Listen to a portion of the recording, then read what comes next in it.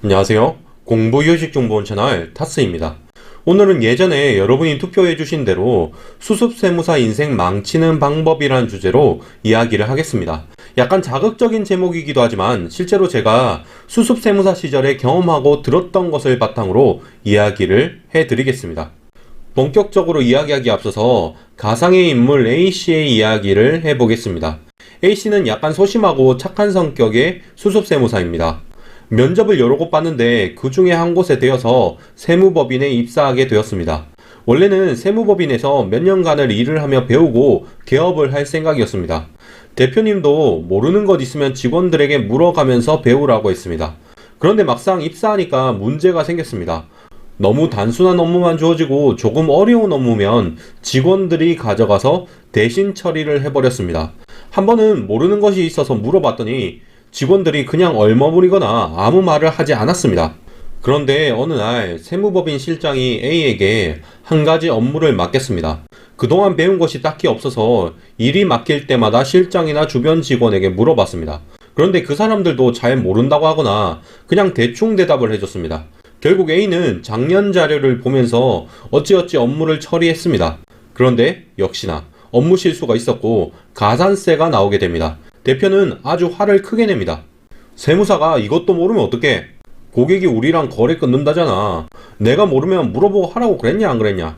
네가 잘못했으니까 네가 가산세 다 물어내라. 안 물어내기만 해봐. 이 바닥 좁은 거 알지?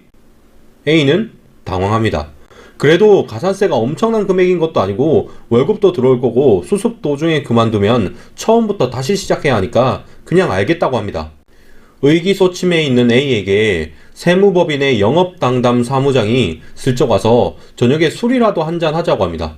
위로해주려나 싶어서 A는 알겠다고 하고 역시나 사무장은 A에게 위로의 말을 건넵니다. 그리고 영업사무장은 이렇게 이야기합니다. 대표님이 성격이 불같아서 그냥 해본 말이니까 너무 걱정하지 마. 내가 나중에 대표님께 말씀드릴게. 그나저나 A 세무사 나중에 개업할 거지? 내가 사실 이 법인에서 입지도 애매하고 해서 그런데 나중에 A 세무사 개업하면 내 아는 거래처 몇 군데 소개해 줄 테니까 함께 일할 수 있으면 하자고.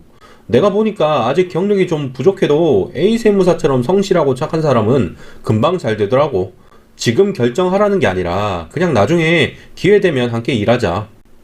A는 눈이 번쩍 뜨입니다.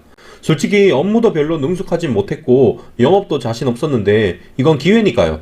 그런데 며칠 뒤에 영업사무장은 A에게 2천만 원만 마이너스 통장에서 빌려달라고 합니다. 어머니께서 아픈데 부동산에 돈이 묶여 있어서 그렇답니다. 차용증도 써줄 테니 걱정 말라고 합니다. 이전에 술자리에서 들은 이야기도 있고 해서 A는 그에게 돈을 빌려줍니다. 차용증도 받았으니까요. 하지만 영업사무장은 돈을 갚지 않습니다. 부동산이 팔리면 갚겠다. 월급이 들어오면 갚겠다. 말은 하는데 조금씩만 갚습니다.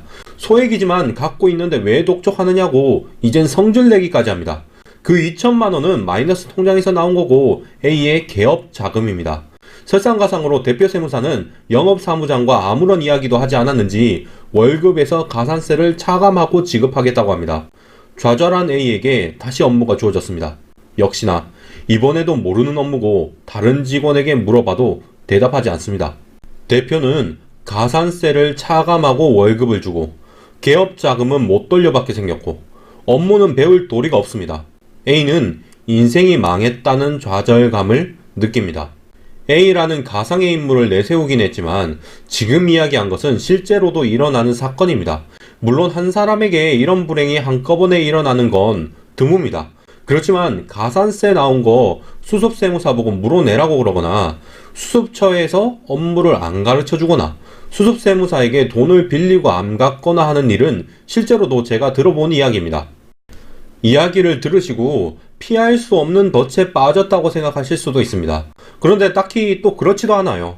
만약에 법인에서 일을 안 가르쳐 준다. 그러면 최대한 옛날 자료라도 보면서 혼자 공부를 합니다. 세법 지식은 있기 때문에 대충은 알 수 있어요. 그래도 모르는 부분은 나중에 다른 곳으로 이직해서 배우면 됩니다. 정 안되면 그냥 개업은 나중에 천천히 하고 그냥 일반 기업에 취직해도 됩니다. 정 개업을 하고 싶은데 지식이 부족하면 격리 실무 과외라도 구해서 받을 수도 있습니다. 그리고 또 세무법인 대표가 가산세를 물어내라고 했다고 하겠습니다. 이 바닥 좁다고 그러는데 솔직히 다른 법인에서 무슨 일이 있는지 관심도 없습니다. 애초에 고의로 일으킨 사고도 아니고 그거 손실 보상하는 보험도 있어요.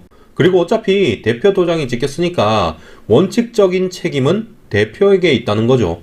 대표랑 갈등이 있으면 수습을 도중에 그만둬야 할 수도 있지만 이런 상황이면 그냥 그만두고 나중에 세무서나 다른 세무법인에서 수습받아도 됩니다. 짜증나는 상황이긴 한데 그렇다고 대신 물어줘야 할 정도는 아니라는 거죠. 그리고 나중에 도와줄 수도 있네 어쩌네 이런 말 믿지 마세요.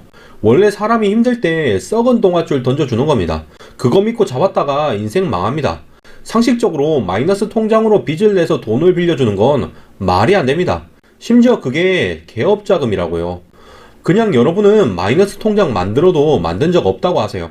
그런 거 이야기해봤자 이용당하기만 좋습니다. 여러분, 수습세무사 시절이 세무사에게 가장 힘든 시기고 유혹도 많은 시기입니다. 원래 최악의 시기에 마음 단단히 먹어야지 이때 실수해서 진짜 엄청 고생하시는 분들도 계세요. 세무사 합격한 시점에서부터 아쉬울 거 없는 상태니까 겁먹지 마시고 정신 바짝 차리세요. 이상으로 영상을 마치겠습니다. 예비 합격자 여러분 시청해주셔서 감사합니다.